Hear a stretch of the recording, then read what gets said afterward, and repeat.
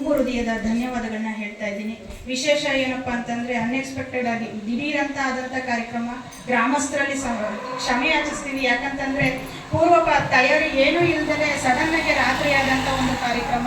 ಏನಪ್ಪಾ ಈ ಗ್ರಾಮೀಣ ಅಭಿವೃದ್ಧಿ ಮಹಿಳಾ ಸ್ವಸಹಾಯ ಸಂಘ ಸಂಘ ಇದೆ, ಬಟ್ ಏನು ಅಂತ ಯಾರಿಗೂ ಇಲ್ಲಿವರೆಗೂ ಗೊತ್ತಿರಲಿಕ್ಕೆ ಸಾಧ್ಯ ಇಲ್ಲ. ಇದು ಸಂಘ ಬಂದು 5 ವರ್ಷಗಳ ನಮ್ಮ ಪರಮ ಪೂಜ್ಯರ ಪಟ್ಟಾಭಿಷೇಕ ಆದ ನಂತರ ಒಂದು ಗ್ರಾಮೀಣಾಭಿವೃದ್ಧಿಯನ್ನ ನಮ್ಮ ಯಡಿಯೂರಪ್ಪರವರ ಅಮೃತಾಸ್ತದಿಂದ ಒಂದು ಉದ್ಘಾಟನೆಯನ್ನು ಮಾಡಿದ್ದು. ಇಲ್ಲಿವರೆಗೆ ನಮ್ಮಲ್ಲಿ 10 ರಿಂದ 12 ಜಿಲ್ಲೆಗಳಲ್ಲೂ, ಬೆಂಗಳೂರಲ್ಲೂ ಸಹ ನಮ್ಮ ಸ್ವಸಹಾಯ ಸಂಘಗಳಿದೆ, ಸಾವಿರಾರು ಸ್ವಸಹಾಯ ಸಂಘಗಳಿದೆ. ಸ್ವಸಹಾಯ ಸಂಘದ ಉದ್ದೇಶ ಏನಪ್ಪಾ ಅಂತಂದ್ರೆ ಮೇನ್ ಸ್ವಾವಲಂಬಿಯಾಗಿರ್ಬೇಕು. ಇಷ್ಟು ದಿನ ಸಂಘಗಳು ಮಾಡಿದ್ದಾರೆ, ಆರ್ಥಿಕವಾಗಿ ಸಬಲರಾಗಿದ್ದಾರೆ, ಆದ್ರೆ ಅದನ್ನು ಮೀರಿದ ಒಂದು ಯೋಜನೆ ನಮ್ಮ ಪರಮ ಪೂಜ್ಯರು ಹಾಕೊಂಡಿದ್ದಾರೆ. ಏನಪ್ಪಾ ಅಂತಂದ್ರೆ ಒಬ್ಬ ಮಹಿಳೆ ಏನಾದ್ರು ಮಾಡಿ ಮನೆಯಲ್ಲೇ ಕೂರ್ಲಿ.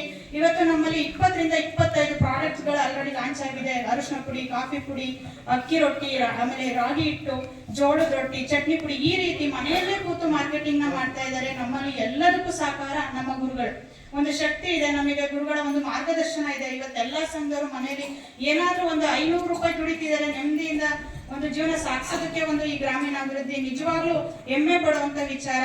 ಒಂದು ಸ್ವಸಹಾಯ ಸಂಘ, ಒಬ್ಬ ಮಹಿಳೆ ಒಂದು ಗ್ರಾಮದಲ್ಲಿ ಎಚ್ಚೆತ್ತಾಗ ಒಂದು ಕುಟುಂಬದಿಂದ ಗ್ರಾಮದಿಂದ ಒಂದು ಊರು ಅಭಿವೃದ್ಧಿ ಆಗೋದಕ್ಕೆ ಇದು ತುಂಬಾ ಸಹಕಾರ ಅಂತ ಹೇಳ್ತೀವಿ. ಯಾಕೆಂದ್ರೆ ಹಲವಾರು ಸ್ವಸಹಾಯ ಸಂಘಗಳನ್ನ ನಾವು ನೋಡಿದೀವಿ, ಆದ್ರೆ ನಮ್ಗೆ ಯಾರಿಗೂ ಈ ಸಂಘದಲ್ಲಿ ಒಬ್ಬ ಮಾರ್ಗದರ್ಶಕರಾಗಿ ಯಾರು ಇಲ್ಲ. ನಮ್ಮ ಪಾಡಿಗೆ ನಾವು 100 ರೂಪಾಯಿ ಉಳಿತಾಯ ಕಟ್ಕೋತೀವಿ, ಅದನ್ನ ಮತ್ತೆ ನಾವು ಸಾಲದ ರೂಪಾಯಿ ಪಡ್ಕೋತೀವಿ, ಬಟ್ ಡಿಫ್ರೆನ್ಸ್ ಏನಿರಲ್ಲ. ಬಟ್ ಇಂದು ನಾವು ಗ್ರಾಮೀಣಾಭಿವೃದ್ಧಿಯನ್ನು ಇವತ್ತು ಪರಮ ಪೂಜ್ಯರು ಹುಟ್ಟಾಕಿರೋದು ಒಂದೇ ಉದ್ದೇಶ, ನಮ್ಮ ಮಹಿಳೆಯರು ಏನಾದ್ರೂ ಮಾಡಿ ಈ ಧಾರಾವಾಹಿ ನೋಡೋ ಟೈಮ್ ಅಟ್ಲೀಸ್ಟ್ 1 ಅವರ್ ನಮ್ಮ ಒಂದು ಗ್ರಾಮೀಣಾಭಿವೃದ್ಧಿ ಟೈಮ್ ಮೀಸಲಿಡ್ಲಿ. ಮನೆಯಲ್ಲೇ ಕೂತು ಒಂದು ಹಪ್ಪಳ ಮಾಡ್ಲಿ, ಉಪ್ಪಿನಕಾಯಿ ಮಾಡ್ಲಿ, ಅವ್ರು ಆರ್ಥಿಕವಾಗಿ ಸಬಲರಾಗಬೇಕು, ಜೊತೆಗೆ ಕುಟುಂಬನ ನಿರ್ವಹಣೆ ಮಾಡೋಷ್ಟು ಶಕ್ತಿ ಅವ್ರಿಗೆ ಬರಬೇಕು ಅನ್ನೋ ಉದ್ದೇಶ ಇಟ್ಕೊಂಡು ಇವತ್ತು ಗ್ರಾಮೀಣಾಭಿವೃದ್ಧಿಯನ್ನ ಊಟ ಹಾಕಿದ್ದಾರೆ. ನಮ್ಮಲ್ಲಿ ಸಾವಿರಾರು ಸ್ವಸಹಾಯ ಸಂಘದ ಸದಸ್ಯರನ್ನ ಹೊಂದಿದ್ದಾರೆ. ಜೊತೆಗೆ ವಿದ್ಯಾರ್ಥಿಗಳಿಗೂ ನಾವು ಸಂಘಗಳನ್ನ ಮಾಡಿದೀವಿ. ವಿದ್ಯಾರ್ಥಿಗಳು ಒಂದು ಭವಿಷ್ಯನ ರೂಪಿಸೋದಕ್ಕೋಸ್ಕರ ಅವರ ಒಂದು ಎಜುಕೇಶನ್ ಮುಗಿದ ಮೇಲೆ ಏನಾದ್ರೂ ಒಂದು ಸಲಹೆ ಬೇಕಾಗುತ್ತೆ, ಆ ಒಂದು ಸಲಹೆ ಮಾರ್ಗದರ್ಶನ ನೀಡೋದಕ್ಕೋಸ್ಕರ ಒಂದು ವಿದ್ಯಾರ್ಥಿಗಳ ಸಂಘಗಳು ಮತ್ತೆ ಯುವ ರೈತರ ಸಂಘಗಳು ಸಹ ನಮ್ಮಲ್ಲಿದೆ. ಇವತ್ತು ಸ್ವಸಹಾಯ ಸಂಘ ಮಹಿಳೆಯರಿದೆ. ಮುಂದಿನ ದಿನದಲ್ಲಿ ನಿಮ್ಮಲ್ಲೂ ರೈತರುಗಳಿದ್ದೀರಾ. ರೈತರಿಗೆ ಆಗುವಂತ ಸೌಲಭ್ಯಗಳು, ಮಾರ್ಗದರ್ಶನದ ಕೊರತೆ ಎಲ್ಲರಿಗೂ ಇದ್ದೇ ಇದ್ದಾಗ ನಮಗೆ ಪರಮ ಪೂಜ್ಯರ ಒಂದು ಮಾರ್ಗದರ್ಶನದ ಅವಶ್ಯಕತೆ ತುಂಬಾ ಇರೋದ್ರಿಂದ ಯುವ ರೈತರ ಸಂಘಗಳನ್ನು ನೀವು ಮಾಡ್ಕೋಬಹುದು ಅಂತ ಹೇಳ್ತಾ, ಜೊತೆಗೆ ಇವತ್ತಿನ ಮುಖ್ಯ ಉದ್ದೇಶ ಅಂತಂದ್ರೆ ನಮ್ಮಲ್ಲಿ ಇದ್ದಂತ ಹಲವಾರು ಜಿಲ್ಲೆಗಳಲ್ಲೂ ನಾವು ಯಾವುದೇ ರೀತಿಯ ಆರ್ಥಿಕ ನೆರವಿದೆ ಅಂತ ನಾವು ಹೇಳಿ ಸ್ವಸಹಾಯ ಸಂಘಗಳನ್ನ ಮಾಡಿಲ್ಲ ಇಲ್ಲಿವರೆಗೂ. ಮೊದಲನೇದಾಗಿ ನಮ್ಮ ಹಾಸನ ಜಿಲ್ಲೆ ಭಾಗದಲ್ಲಿ ಮೊದಲನೇದಾಗಿ ಮಲೆಯಪ್ಪನ ಕೊಪ್ಪಳು ಮತ್ತೆ ಕರೆಕಟ್ಟೇಳಿ ಅಂತ 2 ಗ್ರಾಮದಲ್ಲಿ ಪ್ರಗತಿ ಮೊತ್ತದ ಬೇಡಿಕೆ ಇಟ್ಟಿದ್ವಿ.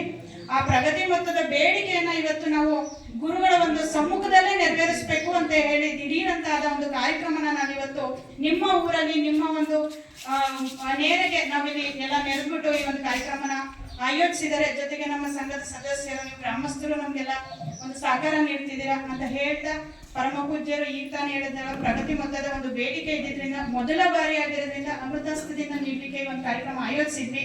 ತುಂಬಾ ನಿಮ್ಮೆಲ್ಲರ ಸಹಕಾರದಿಂದ ತುಂಬಾ ಚೆನ್ನಾಗಿ ಮೂಡ್ ಬಂದಿದೆ. ನಿಮ್ಮೆಲ್ಲರ ಸಹಕಾರಕ್ಕೆ ತುಂಬಾ ಹೃದಯದ ಧನ್ಯವಾದಗಳನ್ನ ಹೇಳ್ತಾ, ಇದು ಗೊತ್ತಿಲ್ಲದೆ ಅನ್ಎಕ್ಸ್ಪೆಕ್ಟೆಡ್ ಆಗಿ ನಮ್ಮ ಪರಮ ಪೂಜ್ಯರ ಇವತ್ತು ಹುಟ್ಟುಹಬ್ಬ ಹೇಳಿದರೆ ಯಾರು ಈ ಆಚರಿಸುವಂತ ಒಂದು ನಾವು ಮಾಡಬಾರ್ದು ಅಂತ ಲಾಸ್ಟ್ ಇಯರ್ ಎಲ್ಲ ಗ್ರೂಪಲ್ಲೂ ಮೆಸೇಜ್ ಮಾಡ್ಬಿಟ್ಟಿದ್ರು. ಹಂಗಾಗಿ ನಾವು ಯಾವತ್ತೂ ಯಾರಿಗೂ ಹುಟ್ಟುಹಬ್ಬದ ಆಚರಣೆ ಮಾಡಬಾರ್ದು ಅಂತ ಇದ್ರು, ಆದ್ರೆ ಒಂದು ಸಮ್ಮುಖ, ಯಾಕೆಂದ್ರೆ ಗುರುಗಳು ಇವತ್ತು ನಮ್ಮ ಗ್ರಾಮಕ್ಕೆ ಬಂದಿದ್ದಾರೆ, ಅದು ನಮ್ಮೆಲ್ಲರಿಗೂ ತುಂಬಾ ಹೃದಯದ ಖುಷಿಯಾದ ವಿಚಾರ ಅಂತ ಹೇಳ್ತಾ ನಾನು ಈ ಒಂದೆರಡು ಮಾತನ್ನ ಮುಗಿಸ್ತಾ ಇದ್ದೀನಿ. ಜೈ ಹಿಂದ್, ಜೈ ಕರ್ನಾಟಕ.